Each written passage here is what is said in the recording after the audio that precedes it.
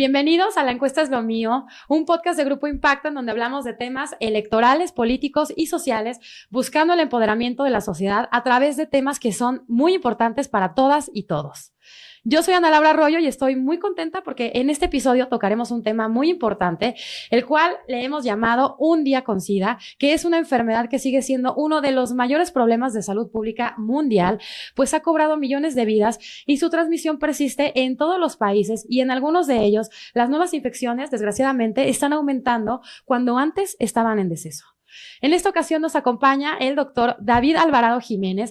Él es egresado de la licenciatura en Psicología por la Facultad de Psicología en la Universidad Autónoma de México, con formación en terapia de pareja por el ITESO y en terapia sistémica del Instituto Alinde AC. Cursó el seminario también en diversidad sexogenética, una perspectiva integral de la Coordinación de Vinculación y Educación Continua de la ENES UNAM Juriquilla, y desde enero de 2011 es presidente del Consejo Directivo de la Fundación Mexicana para la Lucha contra el SIDA. Además, ha participado del diagnóstico de los derechos humanos y la diversidad sexual de la Comisión de Derechos Humanos del Distrito Federal, hoy CDHM. Doctor David, bienvenido. Estoy muy contenta de que estés con nosotros. Gracias por aceptar la invitación y por tu tiempo. Muchísimas gracias por la invitación. Vamos a sacarle mucho provecho a esta sesión para que la gente tenga todos los elementos y que esta información les sea muy útil. Pues primero que nada quería preguntarte, doctor, ¿qué es el SIDA y si es lo mismo VIH que SIDA? Porque, bueno, al menos yo que no sé mucho del tema, pues creo que son lo mismo, pero tú, ¿qué nos puedes decir? ¿Qué es el SIDA y el VIH y SIDA? ¿Es lo mismo? Claro. Mira, nos gusta hacer esta separación para que le quede más claro a la gente.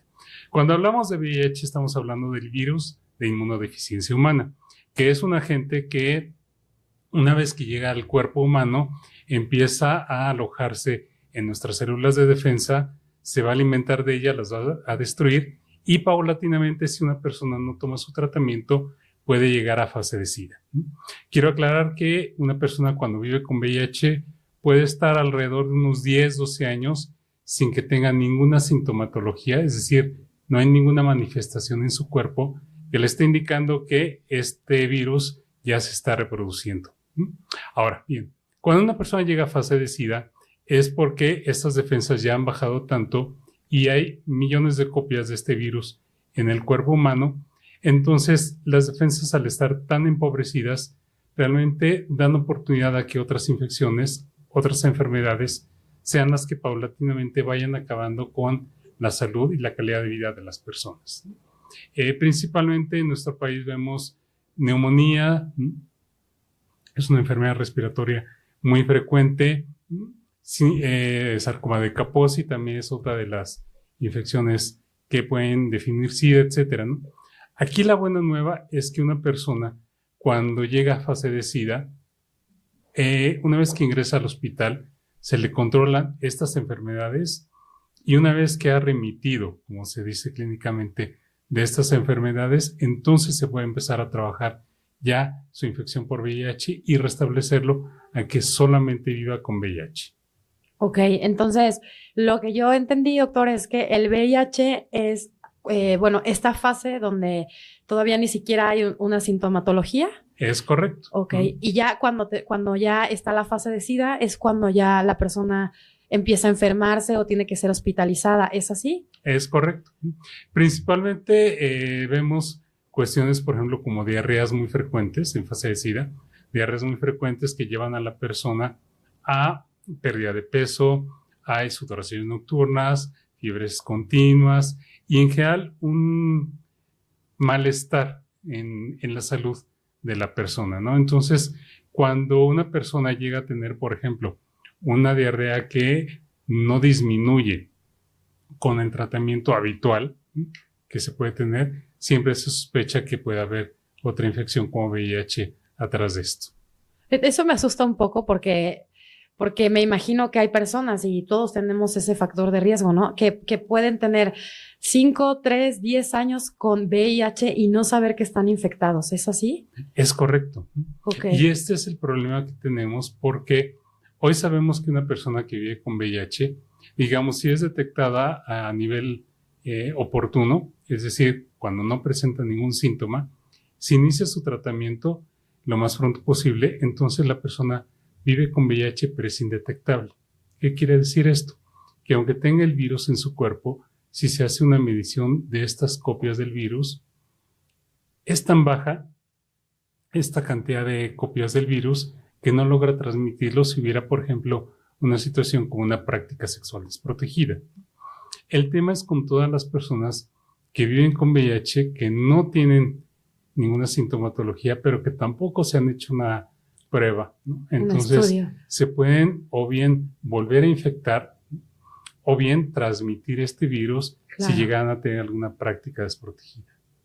Sí, es grave, porque se pueden estar muchos años con... Esto es a lo que le llaman con el virus recesivo, ¿es así? Sí. Ah, ok, sí lo he escuchado, sí. ¿No? Que es que todavía no se manifiesta, pero correcto. Ya está dentro de la persona. Sí, okay. Sí, como te digo, tenemos hasta 10 o 12 años que una persona puede vivir con VIH, no requiere de tratamiento porque su sistema de defensa está combatiéndolo de manera puntual, pero sí es capaz de transmitir lo que es el tema principal. Sí, eso es lo grave, no sabes que se tiene y lo transmites sin darte cuenta y así como en cadena, ¿no? La persona que se contagió lo puede seguir transmitiendo y por eso es que se propaga muy rápido se puede propagar muy rápido este virus. Claro, y sabes que, por ejemplo, hemos visto población muy joven, de menos de 20 años, que en sus primeras prácticas sexuales a veces son los momentos donde se adquiere esta infección. Entonces, ¿qué pasa? Si yo tengo, por ejemplo, 18 años, tengo mi primera práctica sexual y me infecto, probablemente las manifestaciones de esta infección se me puedan presentar hacia los 28, 30 años. 30, ¿no? Ajá. Y mientras en ese lapso pude haber o reinfectado o infectar a otras personas. Y el tema es que si ya pasaron esos 10 años, pues quizá mi sistema de defensa ya esté muy debilitado y pueda llegar a presentar alguna enfermedad oportunista. Pues sí, es grave que no sepamos o no sepan las personas que tienen la enfermedad y estemos contagiando, ¿no?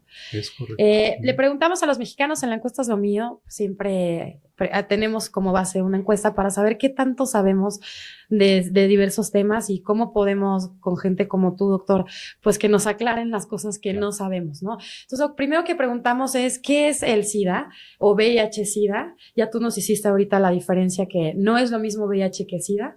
Bueno, son diferentes etapas o estadios de la enfermedad, ¿no? Y bueno, lo que nosotros pensamos básicamente es que es una enfermedad del sistema inmunitario. Eso ya nos dijiste que sí es así, que también ataca y destruye las células y bueno, el 37% de los mexicanos pensamos que es eso. Y tú me decías, incluso antes de empezar de estar aquí al aire, me contabas que lo primero que hace la enfermedad es alojarse en la célula, no destruirla, sino como alojarse. Y yo te preguntaba que si es como un parásito, de alguna manera. Es correcto. Fíjate, hoy las evidencias nos indican que si una persona tiene una situación de riesgo, por ejemplo, una práctica sexual desprotegida o contacto con sangre contaminada por algún objeto punzocortante, tenemos las primeras 72 horas para tomar un tratamiento.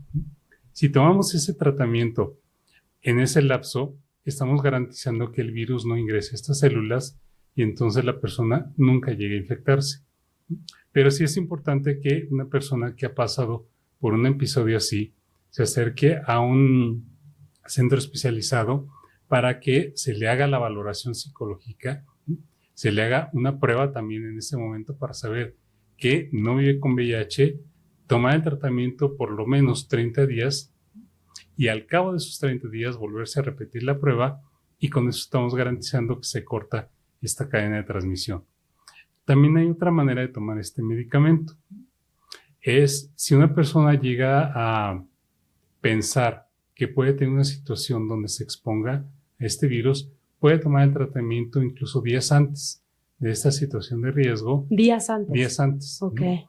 Su cuerpo ya va a tener la sustancia activa en su cuerpo y entonces si llegara a tener contacto con el virus, este es incapaz de alojarse en estas células. Eso es un tip muy, muy bueno que nos acabas de dar, doctor. O sea, hay una forma de prevenirlo. Hay formas de prevenirlo. Que puede ser antes, es como la pastilla para las mujeres del día después, ¿no? Que puede ser antes de tener algún contacto sexual, por ejemplo, y puede ser también después, tú me decías eso, ¿no? Es correcto. Hasta 72 horas. Hasta ¿no? 72 horas. ¿Y este medicamento qué es? ¿Cómo se llama? ¿Dónde se encuentra? ¿Es muy caro? ¿Qué nos puedes decir de eso, doctor? Mira, lo ideal y siempre abogando por evitar la automedicación, que es muy frecuente en nuestro país. Ajá. Lo que hacemos es sugerirle a las personas que se acerquen ya sea a instituciones como Fundacida, como organizaciones que estamos trabajando en el tema, como a las clínicas especializadas Condesa, que tienen programas, incluso las clínicas Condesa tienen programas para personas que han sido víctimas de violencia sexual. Entonces se les hace la oferta de prueba para saber si vienen con VIH, el medicamento, pero también un kit para evitar alguna infección de tipo bacteriano, ¿no? ¿Qué es lo que tiene que hacer la persona? Tener muy presente en qué momento fue esta situación, tener estas 72 horas para poder acudir y hacer todo el seguimiento. Ok, entonces, si alguien que nos está viendo o escuchando va a tener alguna relación sexual que puede ser de riesgo, o si incluso con jeringas también se puede contagiar, ¿no? Si crees que te pudieron haber contagiado, tienes 72 horas antes o después. Bueno, más bien después de ese suceso. Antes me dijiste que son más días, ¿no? No son más días, sí. Ok, bueno, pues esto está increíble, ¿no? Sí. Y después, y se puede acercar a cualquier fundación o clínica especializada del SIDA. ¿Nos dijiste las clínicas Condesa? Sí, para las personas que no tienen seguridad social en la Ciudad de México, están las clínicas especializadas Condesa, Condesa Patriotismo y Condesa Iztapalapa, que tienen estos programas de atención.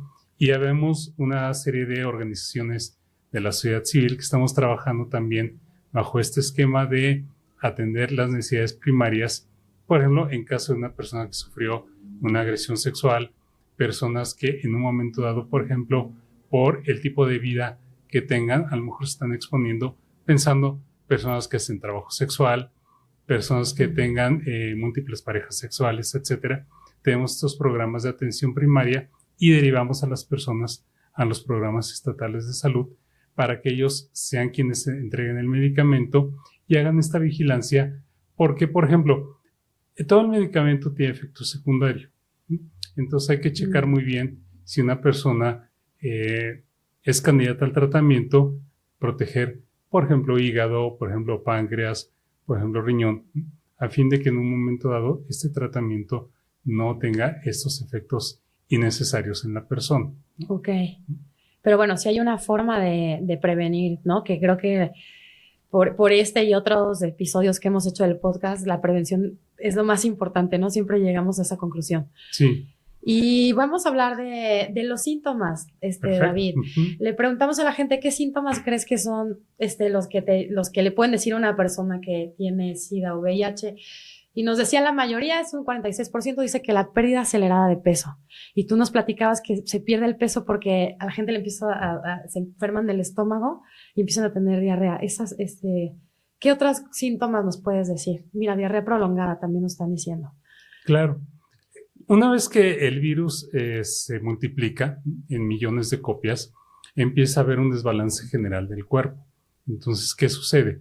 Si no hay un medicamento que lo esté controlando, uno de los puntos donde se afecta a la salud de la persona es su sistema digestivo. Empieza a haber diarreas muy constantes que nos llevan a pérdida significativa de peso por deshidratación, no hay absorción de los nutrimentos, puede haber fiebres, sobre todo nocturnas, y que en un momento dado todo eso está indicando a la persona que se están presentando quizá algunas enfermedades relacionadas ya sea con sistema respiratorio, con sistema digestivo.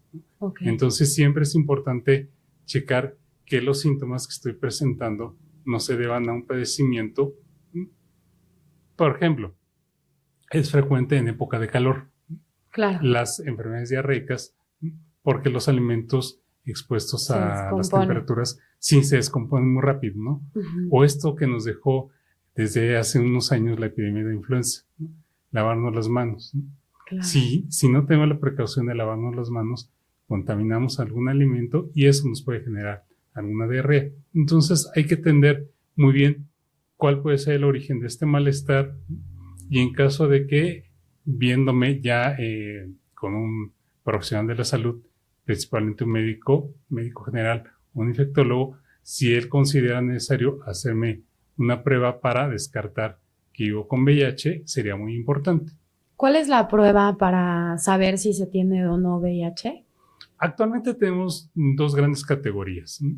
Las ELISAs, que son métodos que van a detectar anticuerpos, es decir, las defensas que hace nuestro organismo ante el VIH, y esas se pueden hacer prácticamente desde 21 o 28 días después de la situación de riesgo, donde esos anticuerpos ya están circulando en cantidad suficiente en sangre y el resultado es contundente.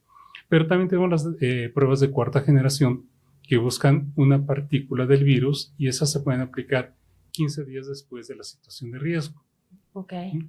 Hay incluso pruebas que combinan P24, que es esta partícula del virus, con anticuerpos para tener mucho más certeza. Entonces pueden ser cualquiera de estas dos, tanto pruebas rápidas como pruebas de laboratorio.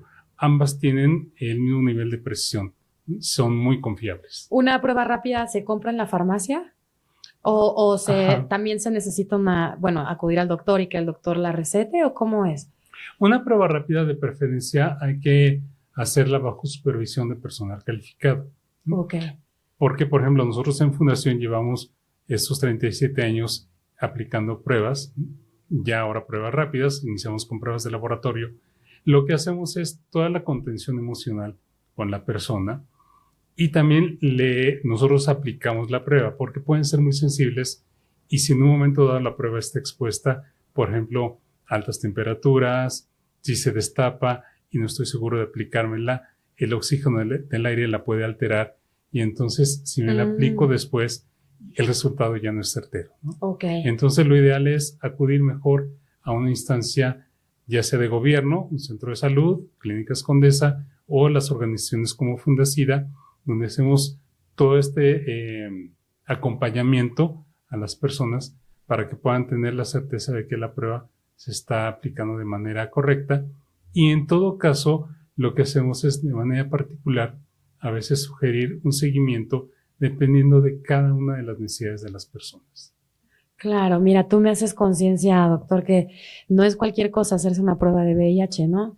Porque si sale positiva, pues claro, se necesita esta contención emocional, ¿no? Y además se tiene que saber aplicarla y hacerla porque si nunca la hemos hecho, pues también podemos tener errores. Claro, ¿no? ¿Y sabes qué pasa, Ana? Si en un momento dado, al momento de aplicármela, estoy cursando por una o más infecciones virales, puede que el resultado no sea certero, porque al final, como son muy sensibles, pueden captar anticuerpos de otra infección.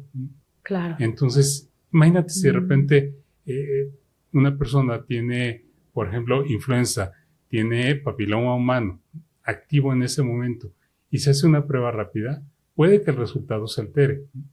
Y si eso no lo tiene en cuenta la persona, se va a ir con la idea de que ya tengo un resultado positivo a VIH cuando no es cierto. Claro. Por eso es importante siempre la asesoría de personal calificado. Ok. Oye, doctor, tú nos decías cuando se tiene una situación de riesgo, ¿no? Y ya platicamos un poquito antes de empezar, pero me gustaría que nos dijeras ahorita aquí al aire, ¿qué es una situación de riesgo? Claro. Para que lo tengamos claro. Perfecto. Este virus solamente se transmite de 3 formas. Primera, por una práctica sexual desprotegida, donde hay intercambio de fluidos, principalmente líquido preeyaculatorio y semen de parte del varón y fluidos vaginales de parte de la mujer. Segundo, con sangre contaminada.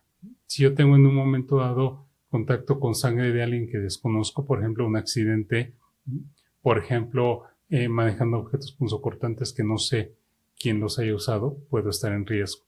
Y la tercera vía es de una mujer que vive con VIH, que se embaraza, que no tiene tratamiento, se lo puede transmitir al producto, ¿no? En todos los casos siempre hay formas de paliar esto.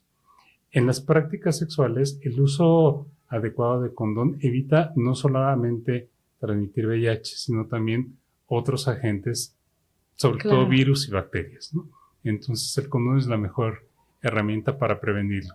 Si se combina en un momento dado con la profilaxis, que era esta medicación que te decía, que se puede usar de manera combinada, estamos reforzando todavía, porque a veces puede ser que el condón de repente se me rompa y no me dé cuenta, se salga y no me dé cuenta, Sí. o que haya contacto con fluidos y tampoco lo tenga tan presente. Entonces se pueden combinar y el resultado es muy efectivo. La sangre, siempre, por ejemplo, que se va a donar sangre, desde hace alrededor de unos 20 años, un poquito más, ya toda la sangre que está checada. Entonces, si yo voy a donar sangre, yo voy a tener la seguridad de que esa sangre se va a checar y que si en un momento dado yo recibo una transfusión, también es sangre que está totalmente segura. ¿Y qué pasa con una mujer que está embarazada? Bueno, ella tiene la oportunidad de tomar el tratamiento durante el primer trimestre. A la mujer ya no le podemos quitar el virus, pero sí evitamos que el bebé se pueda infectar, ya sea durante toda la gestación, al momento del parto o durante la lactancia. Pues es una muy buena noticia, ¿no? Sí. Porque, bueno, yo que soy mamá y mi hijo es lo máximo en mi vida, y me acuerdo de estos meses de embarazo que uno está muy sensible bueno, muy vulnerable. Yo me imagino para una mamá enterarse que tiene SIDA y que su hijo puede tener, pues la noticia de que puede salvarlo es importantísimo. Es muy importante. Claro. Y bueno, ¿quién es la población, hablando de estas situaciones de riesgo que nos cuentas, David, quién es la población más vulnerable a contraer VIH-Sida?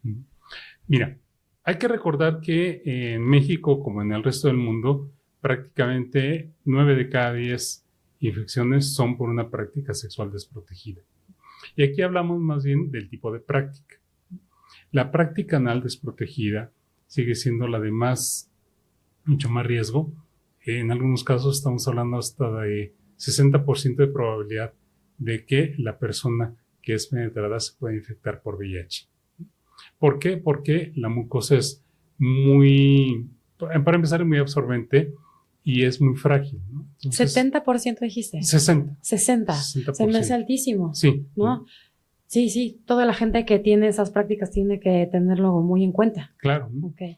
Y aunque en México el principal sector de la población que vive con VIH son varones homosexuales que tienen prácticas anales receptivas, es decir, que son penetrados, no quiere decir que en contraparte las mujeres que viven con VIH, por ser un número menor, no tengan riesgo. Claro. Porque hay que pensar que muchas mujeres optan por la penetración anal, por ejemplo, para evitar un embarazo, ¿no? Entonces, si en un momento dado tenemos esta práctica anal desprotegida, hombres y mujeres somos vulnerables ante esta infección. Los varones que penetran tienen un menor riesgo. ¿Por qué? Porque el tipo de mucosa es muy diferente, el tiempo de exposición también tiene que ver. Entonces, sí es importante aclarar que quienes tengan estas prácticas desprotegidas son quienes tienen mayor probabilidad de infectarse por VIH y otras infecciones. Ok, muchísimas gracias, porque yo creo que eso nos sirve para estar alerta, ¿no? Y otra cosa que te iba a preguntar, porque nos hablaste ahorita de la fundación. Platícanos de la fundación. Le estabas diciendo que tiene 37 años ya. Sí. Se me hace muchísimos. Es un éxito la fundación. Fundación Mexicana contra el SIDA. Sí. Platícanos de tu fundación, David. Pues mira, empezó como una necesidad para los que estamos un poco más viejitos. Recordaremos que en el 85, cuando fue el terremoto, la sociedad civil fue la primera que empezó a actuar, ¿no? Con muchos otros desastres, la población civil es quien hace esta labor de movilización, de acompañamiento, etcétera, ¿no? Entonces, con este espíritu, en el 83 fue el primer caso detectado de SIDA en la Ciudad de México, y entre el 83 y el 87 que se crea la fundación, hubo un grupo de personas que empezaron a hacer acciones a favor de informar con lo que se sabía en ese momento, de crear estos grupos de contención, ese acompañamiento en casa, etcétera. Y con ese espíritu se crea el 7 de julio del 87 la fundación. Empieza a hacer esos servicios ya no de manera tan casual, sino empieza a reunir profesionales que estaban ya comprometidos, ya que estaban informando, y entonces La primera línea de batalla eran consejeros, psicólogos, médicos, religiosos, etcétera, que hacían toda esta labor de acompañamiento a las personas que tenían SIDA en ese momento. Y al cabo de los años hemos incluido ya otras disciplinas como nutrición, como odontología, fisioterapia, terapias complementarias como masaje, como relajación, etcétera, a fin de tener una visión mucho más integral, ¿no? Entonces, hacemos desde pruebas, como te decía, con personal calificado, hacemos este acompañamiento psicológico a quien vive con VIH o a parejas, familiares, amigos. Tenemos la posibilidad también de hacer esta consultoría para personas que ya viven con VIH, checar su estado general de salud, como quien tiene alguna infección de transmisión sexual, porque al final si adquirimos, por ejemplo, una sífilis, un VPH, puede que también podamos adquirir VIH. Entonces, hay todo este servicio. Y aparte de ello, estamos trabajando también en la parte educativa, ¿no? Hacemos desde talleres, grupos, diplomados, charlas, todo a fin de que la persona que sea receptiva a esta información tenga la posibilidad de tener en sus manos toda esta información y hacer un cambio en sus propias vidas. Claro, yo creo que su labor es importantísima para todos y todas. Y la prevención es lo más importante, ¿no? Sí. Que es lo que estoy escuchando, que trabajan además como atender a los pacientes y diagnosticar si se tiene SIDA o no. Claro. ¿Cómo los pueden encontrar? La gente que nos está escuchando, ¿tienen una página de internet, teléfono, redes sociales? Sí. ¿Cómo los buscamos? Mira, nuestros teléfonos 55 55 15 79 13, 55 52 73 8741. Nuestra página es www.fundacida.mx. Ahí están todos nuestros servicios. Entonces nos pueden seguir, pueden saber de las actividades que tenemos y si en un momento dado sospechamos que vivimos con VIH o tenemos algún familiar que quizá viva con VIH, nos podemos acercar a Fundacida. Tenemos esta posibilidad de hacer el acompañamiento y saber por dónde entrarle a fin de que esto pues no se convierta en un problema mayor. Ok, muchas gracias. Para la gente que nos escucha y que nos ve, ¿cómo trabajan ustedes? ¿Tienen que pagar algo? ¿Les cuesta algún dinero? ¿Hacen algún estudio socioeconómico? ¿Cómo se sostienen? Pues, porque siempre la pregunta es ¿cuánto cuesta? ¿No? Claro. ¿Cómo es esto, David? Claro, mira, tenemos cuotas de recuperación porque al final, como muchas organizaciones, tenemos que buscar los recursos, los fondos, ¿no? Sí, para tener la posibilidad de tener esta réplica de los servicios, ¿no? Las cuotas de recuperación son muy accesibles en comparación con el precio del mercado. Por ejemplo, una prueba de detección VIH-sífilis, solicitamos 200 pesos de apoyo, que al final sirve para generar este fondo y en su momento dado poder tener posibilidad en su momento de tener campañas gratuitas de detección de VIH, ¿no? Entonces, los servicios tienen estas cuotas de recuperación, pero si alguien de repente anda muy apretado de el bolsillo, pues vamos viendo la posibilidad de apoyarlos de cualquier modo. Pues me parece muy accesible, sí, ¿no? Y para quien no le alcance, pues se podemos ahorrando, pero sí es algo que se puede hacer, ¿no? Claro. Porque hemos hablado de otras enfermedades aquí que los costos son altísimos. Tú mismo platicábamos hace ratito y yo te decía, ¿cuánto cuesta a una persona que ya se le desarrolló el SIDA o tiene SIDA su tratamiento, ¿no? Que también, que nos platiques un poquito de qué es el tratamiento y cuánto cuesta. El tratamiento ahora es muy accesible, está dentro de la canasta básica de medicamentos que otorga el Estado. Es una pastilla, tiene 3 medicamentos en una sola pastilla, lo cual facilita que la persona pueda tomarlo. Los efectos secundarios inmediatos son mínimos, pero como en todo medicamento hay que ir vigilando la alimentación de la persona, el descanso, que no consuma sustancias nocivas, etcétera, ¿no? Todo este proceso de acompañamiento tendría que verse reflejado en esta calidad de vida. Actualmente tenemos esta pastilla, comercialmente está alrededor de unos 12, 15 mil pesos, más o menos, ¿no? Cosa que, pues francamente, para el bolsillo sí es a veces incosteable, se puede tener esta gratuidad. Y seguramente en los próximos años ya tendremos otras generaciones de estos medicamentos. Se está pensando, por ejemplo, en medicamentos que se puedan inyectar. Hay la posibilidad de hacer como tipo implantes. Para las mujeres, unos dispositivos que combinen tanto el antirretroviral como algún tipo de agente que pueda inhibir embarazos, etcétera, ¿no? Entonces, los futuros se ven bien, pero no hay que olvidar que al final el tratamiento sí se tiene que llevar de manera adecuada. Porque si en un momento dado alguien, porque se siente bien, lo empieza a dejar, entonces puede que llegue a fase de SIDA. Sí es importante hacer este énfasis. La gente que tiene seguro social y eso, el Estado le da sus medicamentos, Sí, es lo que dijiste, ¿no? Sí. Porque 14,000 pesos, la verdad, se me hace pues que muy caro, ¿no? Es una enfermedad muy cara, más la parte emocional de estar enfermo, más la parte física de que, bueno, me imagino que la pastilla ya minimiza los síntomas, ¿no? Pero de todos modos, es una enfermedad cara, ¿no? El controlarla, porque tú me dijiste que no se cura ya, pero se controla, como me dijiste, pues no es barato, ¿no? Y como siempre volvemos al mismo punto, pues más vale la prevención. Claro. Sí, fíjate que las personas que tienen seguridad social, el Estado les provee este medicamento. Quien no tenga esta seguridad social, las clínicas especializadas Condesa hacen esta labor de entregar el medicamento y, por ejemplo, si alguien está desempleado y de momento necesita el medicamento, las clínicas se lo pueden otorgar.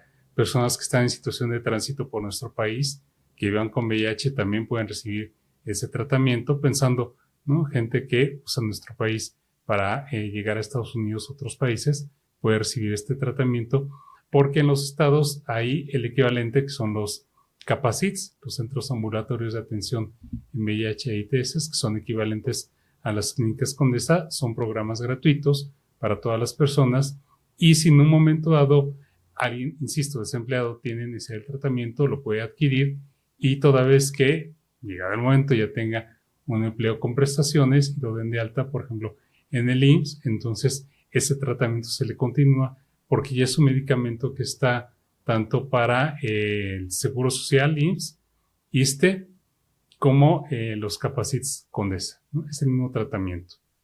Pues muchas gracias porque nos das alternativas, doctor, Sí. ¿no? Yo me imagino que la impresión de saber que tienes ya VIH y que se puede desarrollar en SIDA debe ser muy fuerte. Y sí, pero pues estas son alternativas que tenemos todos y pues que nos pueden ayudar muchísimo si lo necesitamos, ¿no? Claro. Fíjate que algo que siempre es muy importante hablar es todo el estigma que existe alrededor de vivir con VIH, ¿no?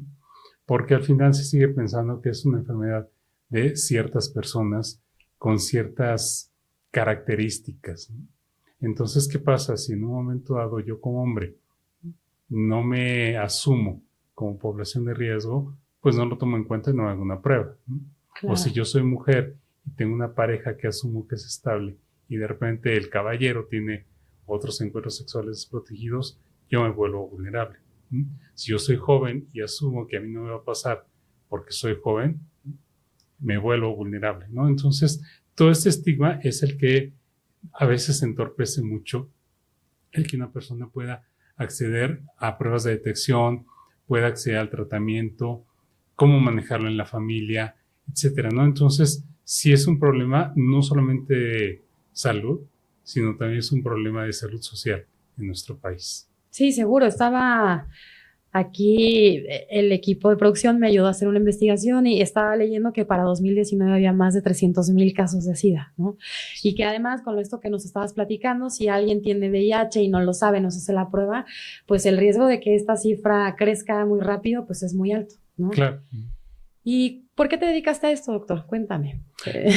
Pues porque mira, ahorita que te estaba presentando dije, ay, es un hombre muy preparado. Muchas gracias, Ana. y te dije, te voy a preguntar por qué, ¿cuál es tu historia? ¿Por qué te dedicaste a esto? Porque fíjate que cuando estaba en la prepa, hace algunos ayeres, de repente amigos muy cercanos que llevan VIH, no había los medicamentos que hay ahora y se quedaron en el camino, ¿no? Entonces yo me hice la tarea decir que yo podía hacer algo a favor de mucha gente, en ese entonces de muchos jóvenes que podían estar en riesgo, y le ha dado mucho el gusto poder encontrarme con muchísimas historias de vida que me han enriquecido, no tienes la idea, como persona, porque ha habido estas historias donde lo mismo son historias de mucho éxito, que una persona no sabía de los servicios de atención y hoy vive con VIH y tiene una excelente calidad de vida, como aquellas personas que se quedaron en el camino, ¿no? Por ejemplo, uno de los eventos muy fuertes en aquellos años, un gran amigo que tuve, ¿no? Que de momento no sabía cómo decirme que vivía con VIH, me lo revela, se viene el caos en su casa y de repente verlo cómo se fue deteriorando de ser una persona más o menos como de mi cuerpo, no estoy muy delgadito que digamos, de repente era un hombre de 40 kilos, ¿no? Donde, por ejemplo, a raíz de estas fechas de diciembre, me invitan a dar una charla en la Facultad de Arquitectura de la UNAM. Horas antes estoy en su sepelio. Entonces prácticamente lo despedí y de ahí me trasladé a la facultad. Entonces han sido esos eventos, como hay muchísimos, donde lo mismo son madres, amas de casa, personas mayores, chicos menores de edad que viven con VIH. Y todo eso me impulsa a decir, algo tenemos que seguir haciendo. Porque hace 37 años decíamos, bueno, esto es una enfermedad mortal, la gente va a hacer algo para no enfermarse, ¿no? Porque nadie quiere morir. Claro. Y 40 años después de los primeros casos, nos damos cuenta de que sigue habiendo gente que, aunque a veces tenga la información, de todo se sigue exponiendo. Y no es solamente la falta de información, tiene que haber otra serie de factores que hagan que una persona se pueda exponer a esta infección. Entonces, eso es lo que me impulsa a seguir, ¿no? Tratar de mantener este mensaje de esperanza, saber que si se vive con VIH, algo se puede hacer, y si no vivo con VIH, algo puedo hacer también para evitarlo. Claro. Y pues gracias a personas como tú y el equipo de la fundación, pues es que estamos aquí, sí, que pueden ayudar a personas que ya lo contrajeron y sobre todo pues a hablar de prevención, que es importantísimo, es ¿no? correcto. Y yo te quería, ya hablamos un poco de cómo reducir el riesgo de contagio, pero me gustaría hablar de cuál es el aspecto emocional de una persona que vive con SIDA, porque me imagino que no es solamente la parte física, sino pues la parte también mental y emocional de cuando sabes que tienes VIH o SIDA, pues es muy importante. Y también saber, ya me lo habías platicado, pero que ustedes apoyan también en esa parte a las personas que ya contrajeron la enfermedad. Claro. Fíjate, en los primeros casos nos llamaba mucho la atención esto que te comento, ¿no? Mucha gente decía, bueno, es que yo no sabía. Y entonces me expuse, ¿no?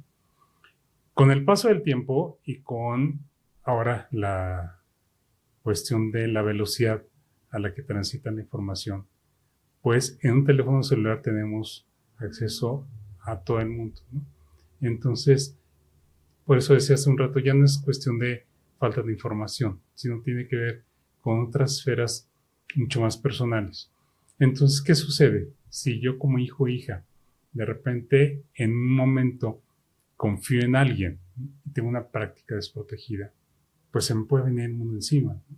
Porque esa persona ni se queda conmigo, me transmitió una infección, pensé que iba a ser el amor de mi vida y de repente me veo solo.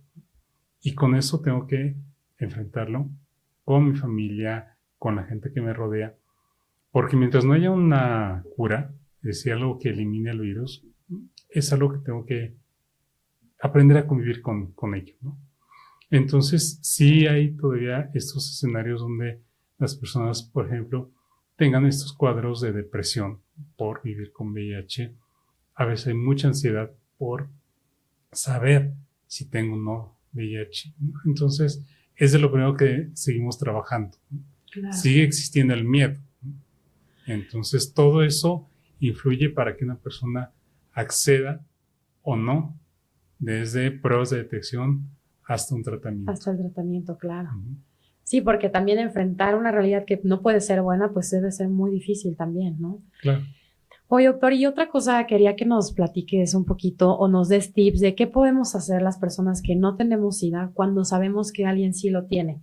Yo te lo pregunto porque cuando estábamos pensando en hacer este episodio, yo creo que muchos lo hemos vivido, el de que dices, si por ejemplo alguien viene pide trabajo y viene a trabajar con nosotros y sabemos que tiene SIDA, la verdad es que puede ser que nos dé miedo, ¿no? Y yo creo que también sufren discriminación las personas que tienen SIDA, porque realmente no sabemos o conocemos tan poco de la enfermedad que puede ser que por miedo a las personas no les den trabajo, o si lo tenían lo despiden, o sus mismos familiares ya no quieren ni tomar en el mismo vaso de agua, no sé, ¿no?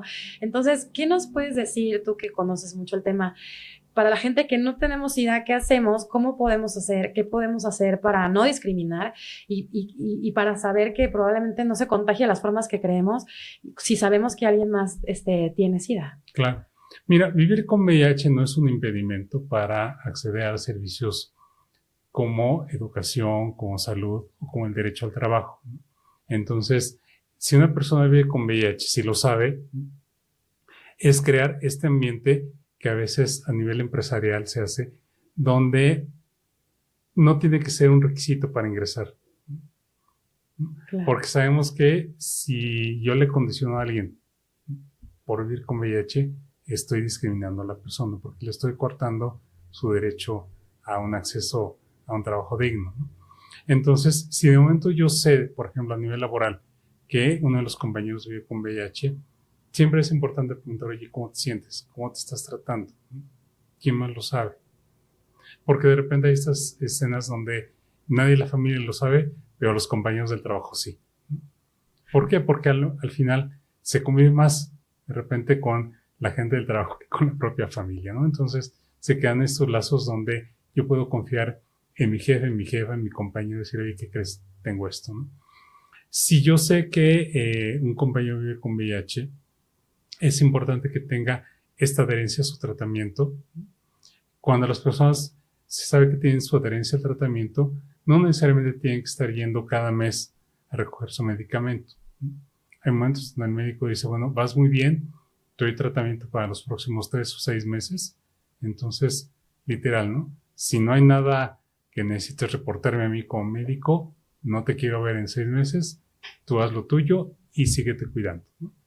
Entonces, yo creo que sí podemos hermanar eso en el ambiente laboral, es muy bueno, ¿no? Y también en el familiar, ¿no? Me imagino, por ejemplo, si algún hermano tiene la enfermedad, pues saber que no porque tome, o tú dinos, doctor, porque tomemos del mismo vaso, usemos los mismos platos, o se siente en la misma sala, porque de verdad pienso que puede llegar hasta ahí, ¿no? Este miedo que se tiene a la enfermedad.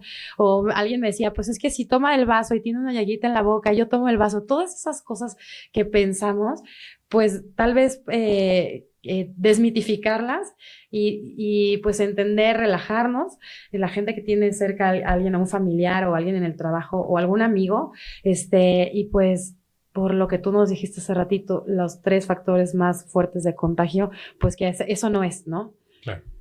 Sí, en la convivencia ordinaria no hay situación posible como para que alguien transmita el virus, ¿no? Pensando, por ejemplo, en instalaciones sanitarias. Exacto, los baños públicos, sí, por ejemplo, sí, ¿no? no pasa nada, ¿no? Es más fácil adquirir un hongo que VIH. Ok. ¿No? Entonces, ¿qué pasa si alguien vive con VIH y usa el servicio sanitario? No pasa absolutamente nada. Hay que tomar en cuenta, por ejemplo, con el objeto punzocortante más frecuente, ¿no? Un rastrillo. Si de momento yo tengo que agarrar un rastrillo que no es mío, con que lo ponga el chorro de agua, más que suficiente. No pasa absolutamente nada, ¿no? De preferencia cada quien el suyo, ¿no? Claro. Pero de esa manera se limpia. O si de repente agarré un cepillo que no era mío, pues a lo mejor tengo bacterias de la otra persona, pero no VIH, ¿no? Entonces, sí, compartir instalaciones sanitarias o de uso común como vasos, platos, ropa de cama, etcétera, no pasa absolutamente nada. Ok. Oiga, doctor, y por último, si una persona fue diagnosticada con VIH y es un familiar o alguien muy cercano, un amigo, ¿qué podemos hacer para ayudarlo, para apoyar a los que no estamos contagiados? Yo siempre les sugiero tratar de averiguar cómo se siente la persona, ¿no? En qué condiciones recibió este diagnóstico, porque también hay una gran diferencia. Nosotros, con la experiencia que ya hemos acumulado, sabemos que no es lo mismo decir, mira, tu prueba me dio reactivo, entonces, en base a lo que vimos, tenemos un resultado que nos está indicando que sí vives con VIH. A que de repente alguien casi en el pasillo le diga, Juanito Pérez, al que vive con SIDA, ¿no? Espérame, ¿no? Hay una gran diferencia. Entonces, regularmente la respuesta emocional es la que primero se maltrata. Sí es importante preguntarle a la persona, oye, ¿cómo te sientes? Claro. ¿No? ¿Qué pasó cuando te dieron tu diagnóstico? ¿Quién más lo sabe? ¿Te estás atendiendo o no te estás atendiendo? ¿Qué estás haciendo por ti mismo? Para que sean estas personas el objeto de interés y no la infección. Ok. ¿No? Es decir, si yo le Claro. pregunto a la persona, oye, ¿cómo te sientes? Me estoy interesando en la persona. Pero si le pregunto, oye, ¿y cómo te infectaste? ¿Qué más me da, Claro. no? Sí. Más bien rescatar cómo se está viviendo la persona, y eso creo que puede ser un gran alivio para quien pueda empezar a compartir su diagnóstico. Pues sí, la parte emocional es muy importante, Sí. ¿no? Y como dices, doctora, pensar, la prioridad es la persona, no tanto ya cómo la contrajo o la enfermedad, ¿no? Claro. Y las personas que viven con VIH pueden vivir con buena calidad de vida tomándose sus medicinas y dando seguimiento por muchos años. Sí, lo que se sabe hasta ahora es que una persona con tratamiento, como lo decía hace un momento, en una fase no avanzada de la infección, estamos hablando de prácticamente 70, 75 años de vivir con VIH, ¿no? Es decir, prácticamente lo mismo que una persona que no tiene esta infección. Pero sí hay que tomar en cuenta, como lo decía, que el medicamento puede tener efectos secundarios. Entonces, hay que vigilar la alimentación, por ejemplo, para que las grasas no hagan de las suyas, porque como efecto secundario del medicamento, invariablemente colesterol y triglicéridos suben, ¿no? Por Ok. defecto del medicamento, ¿no? Entonces, aquí lo importante es hacer una buena dieta, tratar de hacer un ejercicio regular y sobre todo esta idea muy psicológica de manejo del estrés, ¿no? Porque de repente si estoy en mucha tensión y no tengo oportunidad de hablar de eso que me está generando tensión, entonces mi sistema de defensa se va a empezar a debilitar, y aunque esté tomando tratamiento, tenga una buena alimentación, el estrés puede empezar a hacer de las suyas. Entonces lo ideal es empezar a ver esos canales donde yo encuentre alivio no solamente a mi malestar físico, sino al emocional. Gracias. Pues qué importante todo lo que nos dices. ¿Hay alguna medicina alternativa que pueda acompañar al tratamiento, pues, alópata o la medicina tradicional? Mira, aquí lo importante es que una persona que está ya con medicación nunca la suspenda. Siempre podemos incluir, por ejemplo, algún tipo de relajación o meditación que haga que empiece a manejar el estrés, pero hay que tener cuidado con ciertas sustancias, ¿no? Que de repente son muy dados a que la comadre me dijo que el tecito no sé qué, y aquí el tema es que a veces la sustancia activa en ciertas hierbas no la podemos controlar, a diferencia de una pastilla, ¿no? Donde una pastilla viene, ya ves, el La CBP, cantidad, ¿no? cantidad, Exacto. ¿no? Ajá. Entonces ahí está estandarizada y no hay tema, ¿no? Por el gramaje, por la dosis, está estandarizada. En cambio, si de repente me dicen, ponle un puñito de hierba y no sé qué a tu té, ¿cuánto es un puñito? En tu mano, en mi mano, y si de repente digo, para que surte efecto, mejor le pongo un poquito más. Y no sé en qué condiciones se cultivó la planta, y a lo mejor tenga más concentración de una sustancia que pueda hacer que me inhiba mi tratamiento. Ok, qué ¿no? importante saberlo. Sí. Ok. Pues muchas gracias, David. ¿Qué conclusión nos puedes dar de todo esto que platicamos? Yo te agradezco mucho, aprendí muchísimo. Y pues la labor que hacen también en la fundación, pues es muy admirable. Ya tenemos los teléfonos y todo. ¿Cuál es tu conclusión, David, que nos puedas decir a todos para despedirnos un mensaje importante sobre esto? Gracias. Pues mira, primero que nada agradecer la oportunidad de poder aquí compartir, que el mensaje, como decía, llegue a muchas personas, que esta información les sea útil y sobre todo no quedarnos con esta idea de que porque ya tengo información, eso genera el cambio. La información la tengo que hacer mía, me la tengo que apropiar, tengo que generar cambios a partir de esta información, generar compromisos. Y si de momento no sé cómo hacerlo, para eso estamos algunos, para ayudarles a generar estos compromisos.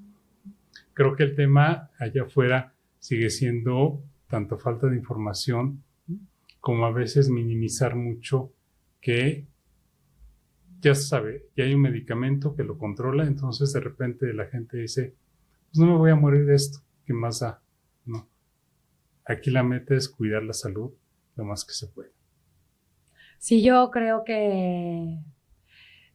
Y esto nos ayuda a hacer conciencia que la salud es la base para hacer todo lo que queramos hacer en nuestra vida y pues vale todo la pena para que, como tú dices, no solo quedarnos con la información, sino actuar, ¿no? Que no se quede solo un nivel de conocimiento mental, sino que pues ya con toda esta información y los medicamentos que hay para evitarlo, pues creo que debemos de aprovecharlo, ¿no?